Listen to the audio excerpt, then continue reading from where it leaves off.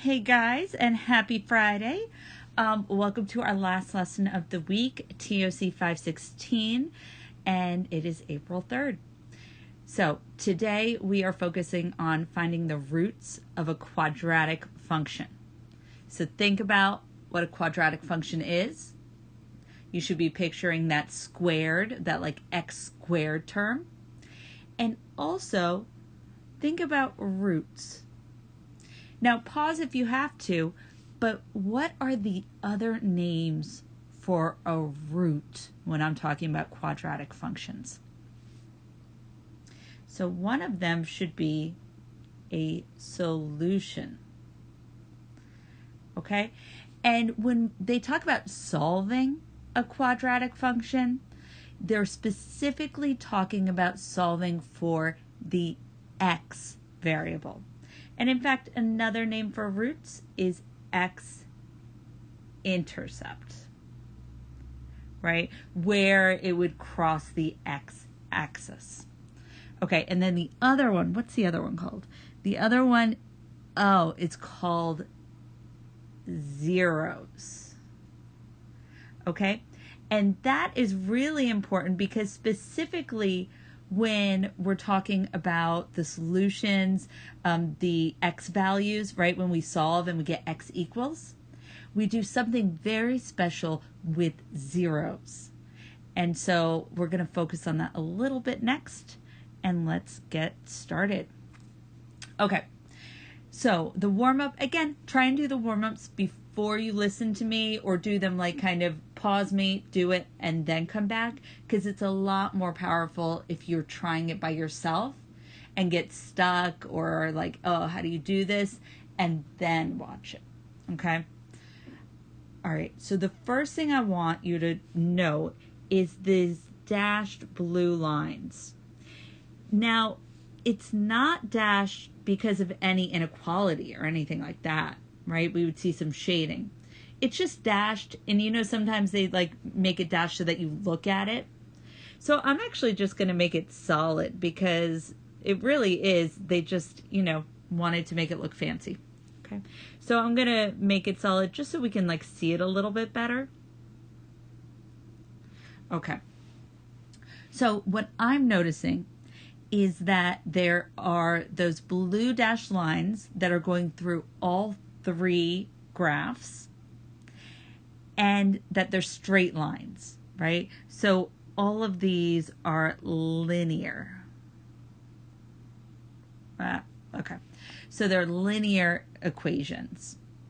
Then the other thing I see is that I've got these U-shapes, and those U-shape graphs are quadratic functions. Quadratic. Okay. All right, Miss Krem is figuring out how to spell and talk at the same time.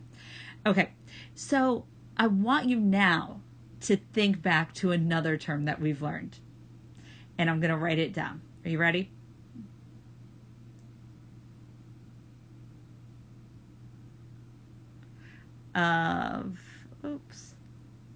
Equations.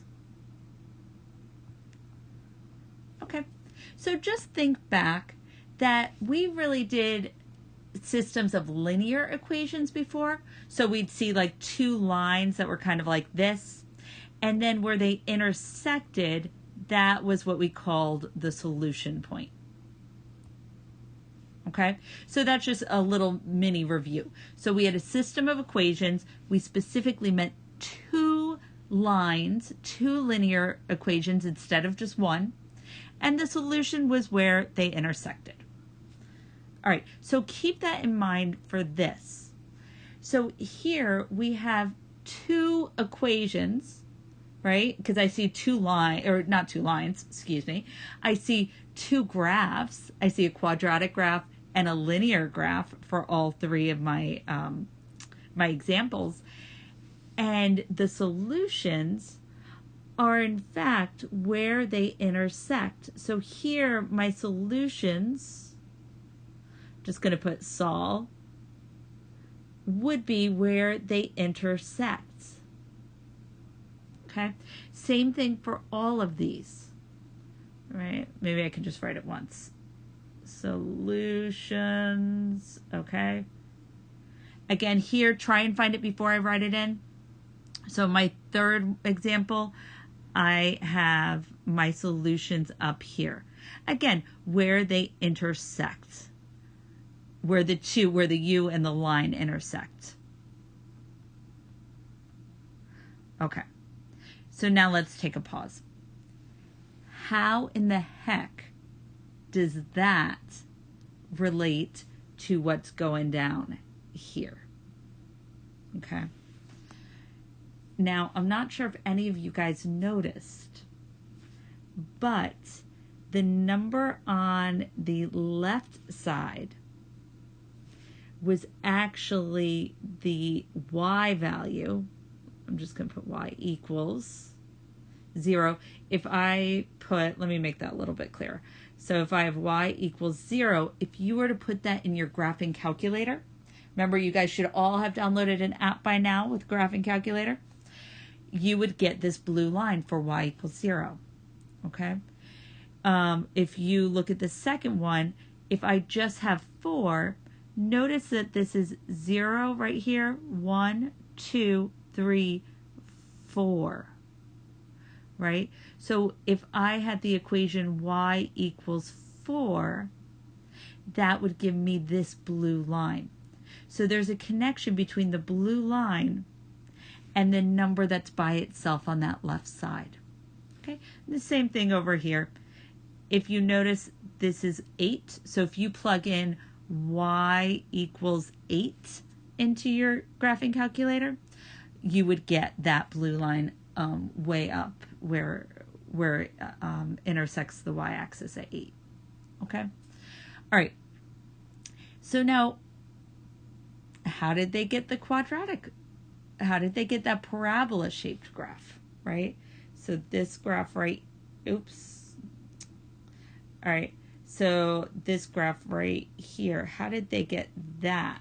What could I put in my calculator to give me that quadratic function? Think about it.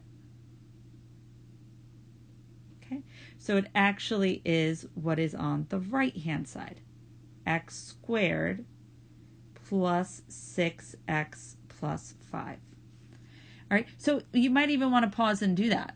You know, go to desmos.com, get out your graphing calculator, actually put those two, right? So here you would put y1 is equal to 0, and y2 you would put x squared plus 6x plus 5.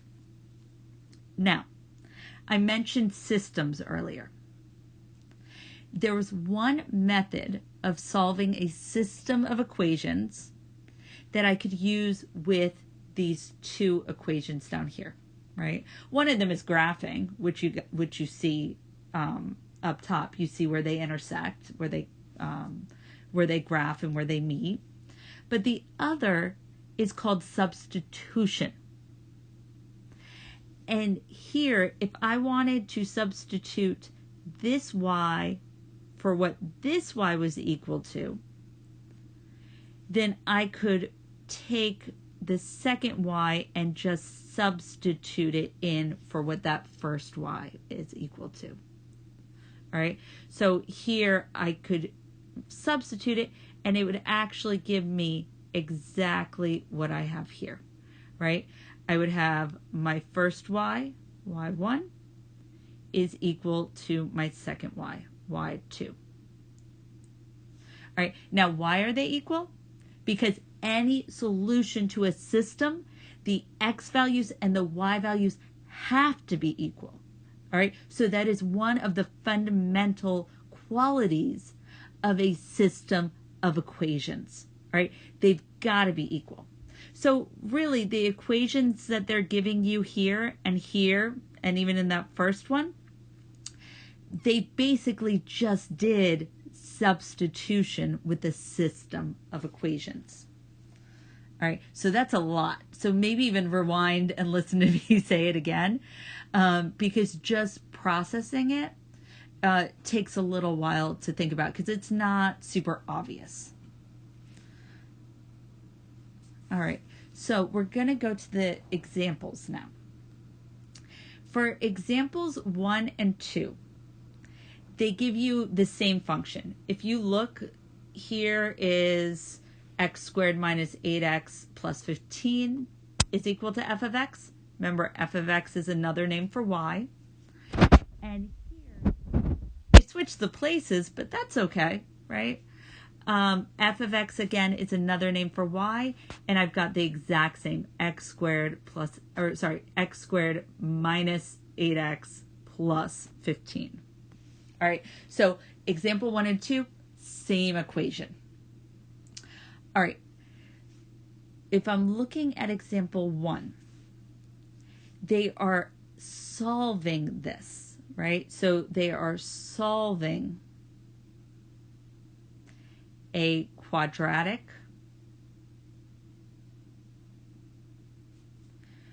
with factoring. Okay. So I start with standard form. And now, again, I'm going to substitute f of x in and make it a 0. Remember how I said it was a special term that we call roots zeros? And this is why. Because it makes it easier, and we'll get to why that is in a second, it makes it easier to actually solve this if the one of the y values is 0. And again, looking back to that first example, if I am at y equals 0, if I'm here, right, maybe make it a different color, if I'm here, right, then I could just look at the x-axis and see where it intersects the x-axis. So even though you could do it the second way, the third way, in those two examples, what we're really going to focus on is always making that linear function, the one that we're intersecting with our quadratic function, we're always going to make that 0. And it makes our lives easier in a few ways. All right, so let's get back to this. So I've made my y value 0, and they put that in the rationale. Now I'm going to factor. So I could do factoring in a couple different ways, right? I could make my little box up here real quick. Actually, I don't think I gave myself enough room. I wish that these were like super, super big slides so that I could just write all over them. Okay, let me erase this a little bit.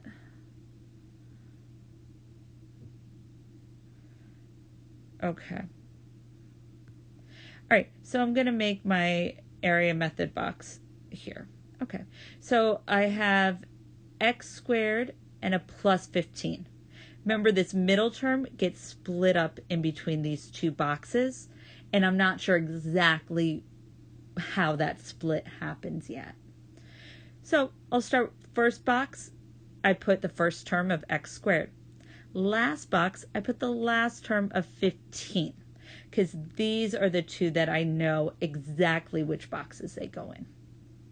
All right, so if I look at x squared, x times x gives me x squared. If I look at 15, well, 15 has factors of 1 times 15, 3 times 5. I think that's it. All right, so I need to look to see which of them will give me a minus negative x when I combine them. So let me just try. Let me try 1 times 15. Okay, so 1 times 15 does give me 15. That's good. Now, 1 times x gives me 1x. And 15 times x gives me 15x. All right, when I combine these, I get 16. Oh, that's not even close to a negative 8x. All right, so let me try that again. All right, no harm, no foul. We just try it again. Let me make it a little bit lower this time. All right, so I got my x squared. I know that's x and x. I got my 15 down here. Let me try the 3 and the 5. All right, so I've got 3 and 5. And again, it's multiplication. So the commutative property tells me I could put it in either place. So here I've got x times 3 gives me 3x. And 5 times x gives me 5x. Okay, now 5 plus 3 is 8, but it's not a negative 8. So what I've got to do in order to keep the 15 positive, I could do positive 3 times 5 gives me positive 15, or I could do negative 3 times negative 5, which gives me still a positive 15, right? So that's good. And negative 5 times x is negative 5x, and negative 3 times x is a negative 3x. Why won't that show up? Okay, I'll just put it in a different color so it really shows up. So those guys are both negatives. So now negative 3x minus 5x absolutely gives me negative 8x. All right, so that is where they got these factors. They got x minus 3 right here, and they got x minus 5 in the second factor right there. So this is factored form. All right, now there's a groovy little thing called the zero product property. Another reason why we want this to be 0. All right, we don't want it to be 2, we don't want it to be 8, we don't want it to be negative, right? We want it to be 0. And the reason for that is because, remember, factors multiply. So whenever either factor is 0, the whole thing is 0. 0 times anything is just 0. So because of this property, once I have my quadratic equal to 0, and once I have my factors, the zero product property tells me I can set both factor equal to 0. You cannot do this if the number it's equal to isn't 0. Like if I had x minus 3 times x minus 5 equals 2, I cannot split them into x minus 3 equals 2. I can't do that. People have tried, they have not gotten it right. Okay? So make sure you're realizing that this special property about 0 is part of why it's so important to change the y value to 0. Okay, so now that I've done that, I've set x minus 3 equal to 0 and x minus 5 equal to 0. Now it's just solving it. I can add 3 to both sides here. And 0 plus 3 gives me 3. Okay? Let me make it not so messy over here. So here if I add 5 to both sides, I've now solved for x, and x is equal to 5. Okay? So these, again, x equals 3 and x equals 5 are called my roots. They are called my solutions, my zeros, and my x-intercepts. Okay? So in example 2, I should have these same roots, the same solutions. Why does this look like a U? Okay, same solutions, same zeros. All of this should be the same. So I'm going to look where y equals 0, which is right here, right? That's where I'm getting that from. And that line, that blue dashed line that I'm just going to make solid for right now. And then on the other side, I've got my quadratic. This is what you would be putting into your calculator, right? So in your calculator, you'd put y equals x squared minus 8x plus 15. And then in y2, you'd put y equals 0. And they do, in fact, intersect, where x is 3 and where x is 5. Okay, so if you were to count from 0, right, 1, 2, 3, 4, 5. So I see that line of y equals 0 intersects with the parabola when the x value is 3 and the x value is 5, which is exactly the same as here. So I've done 2 different methods with the same function. So I got the same answers. All right, so I've been trying to make these videos shorter, and I have not succeeded. So we're actually going to skip 3 and 4. The only thing that I do want to tell you is that these guys should be the same. And if you were to graph this and to make it 0, you would just subtract 5, right? And so you'd get 0 equals x squared minus 8x plus 20. And if you put that into your calculator, right? So this for y1 and this whole thing for y2, you would still get exactly the same answer that they got. I just really want you to practice making one of the sides 0 in either method, whether you're graphing it or you're factoring it. Okay?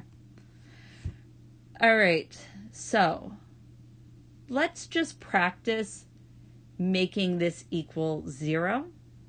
And I'm actually going to let you do the graphing on your own because you guys can put those in the calculator. So here I've got x squared minus 7x equals 8.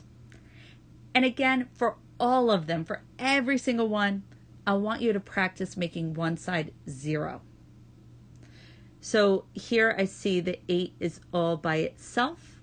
So I'm going to subtract 8. I'm going to do the inverse operation to move it to the opposite side of that equation right here, of that equal sign.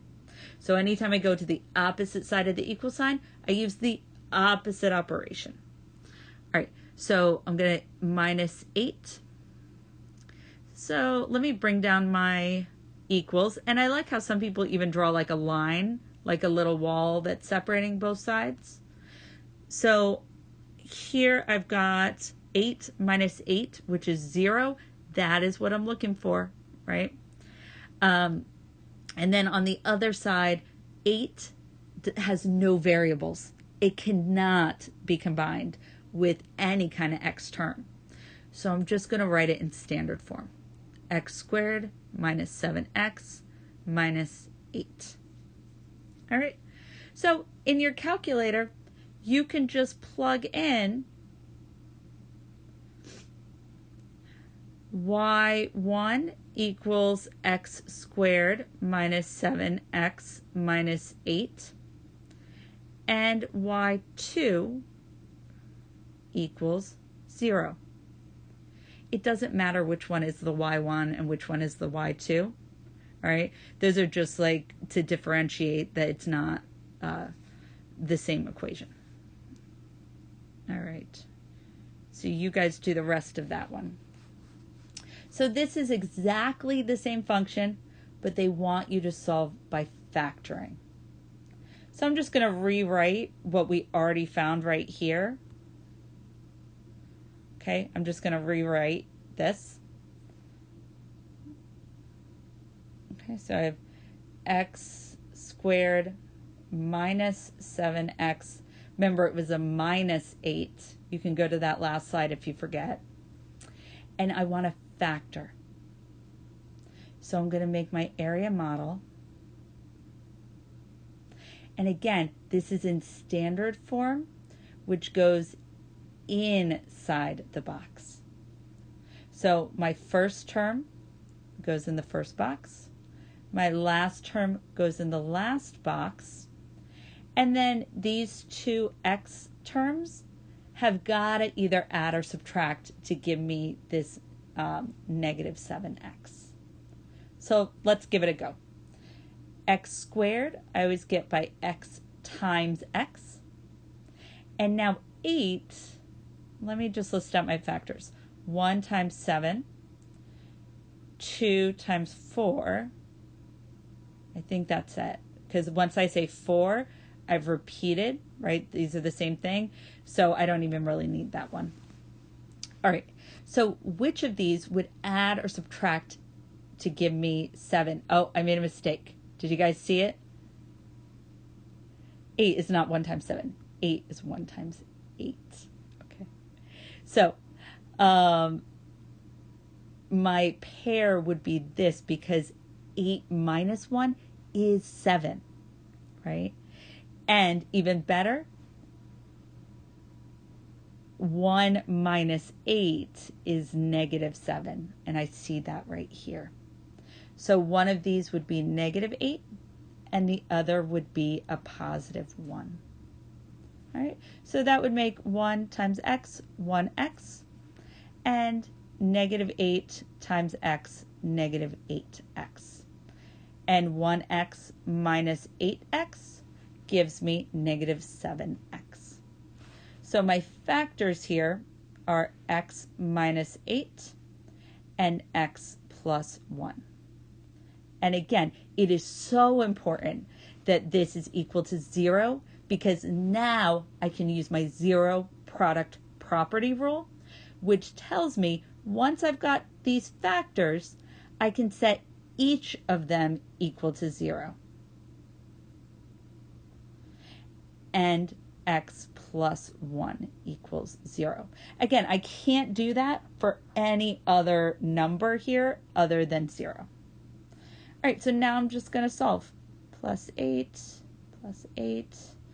So one of my solutions, or my zeros, or my roots, is x equals 8. And on the other side, it's x equals negative 1. Okay, so those are my roots, also known as zeros, also known as solutions, and also known as x-intercepts. Cool. All right, questions, comments, and or concerns? You guys know what to do. Take ownership of your learning, write them down, phone a friend, excuse me, Google it, office hours. There are so many resources and we want to hear from you. All right, with that said, check your gradebook. Make sure you don't have any missings. Take care of it if you do. If you've got any makeup assignments, include that in your weekend plans. Don't fall behind, guys. All right, I will see you later.